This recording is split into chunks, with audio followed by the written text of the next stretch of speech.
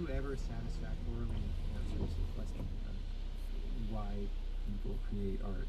I don't have a satisfactory answer to that question either, but it's the same thing, I think, as anybody who's compelled to make something in their medium. Like compelled to, not really wants to, or feels like it would be a good idea. Despite everything you hear about the magic of video games, making players feel richer and more fulfilled isn't generally at the top of the list. It's time they were. NPR News, I'm Heather Chapman. Now to another question of our existence.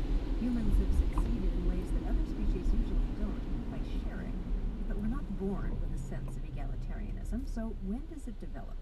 NPR's John Hamilton reports on a new study that may have found the answer.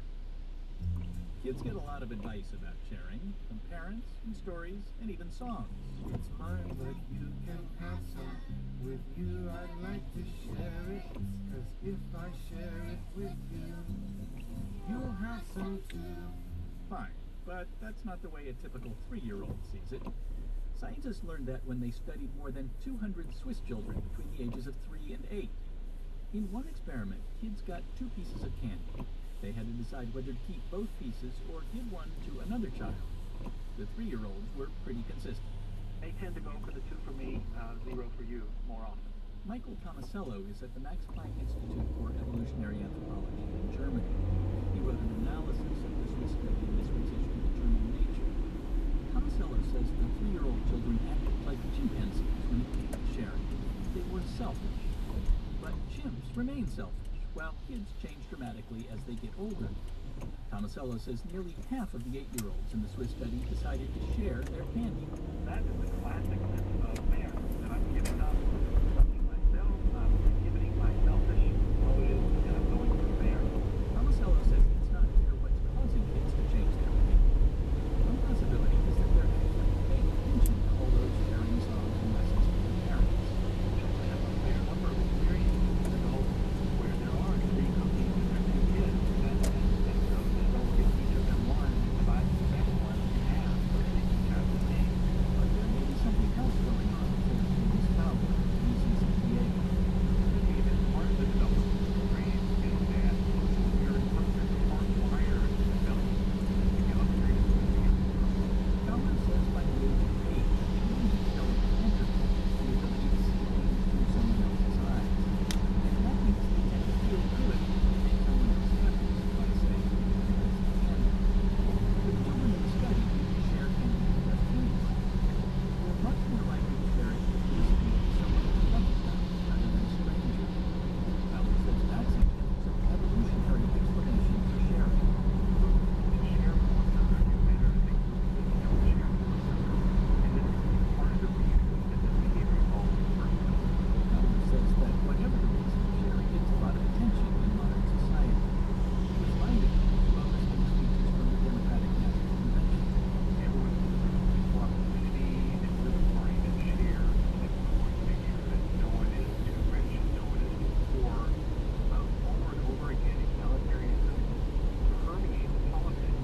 Of course, that's just theoretical sharing.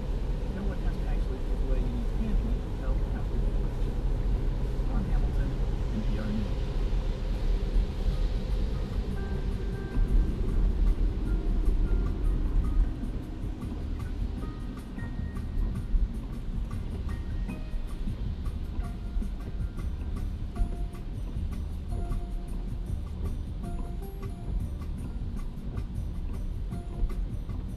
All Things Considered is a production of NPR News, which is solely responsible for its content.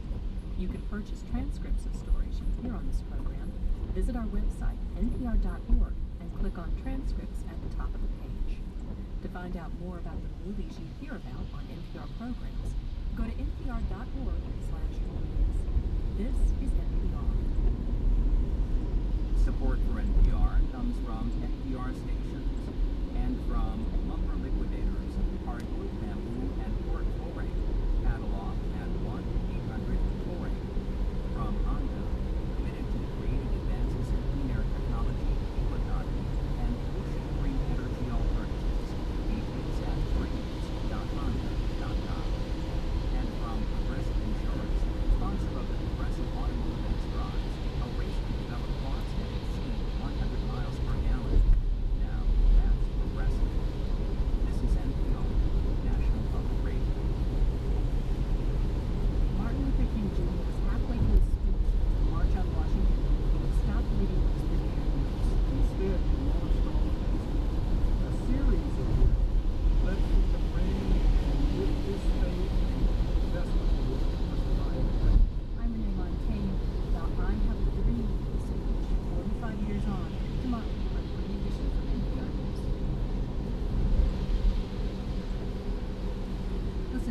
morning edition beginning at 5 o'clock tomorrow with WOSU's Nancy Trimble. And you can listen to WOSU at home or anywhere in the world by streaming on the web. You'll hear the latest updates from NPR and WOSU News from the convenience of your computer. You can listen online at WOSU.org. Cloudy skies, 69 degrees, rain possible tonight, a low of 62. And coming up on Thursday, Friday, Sunday. The time is 4.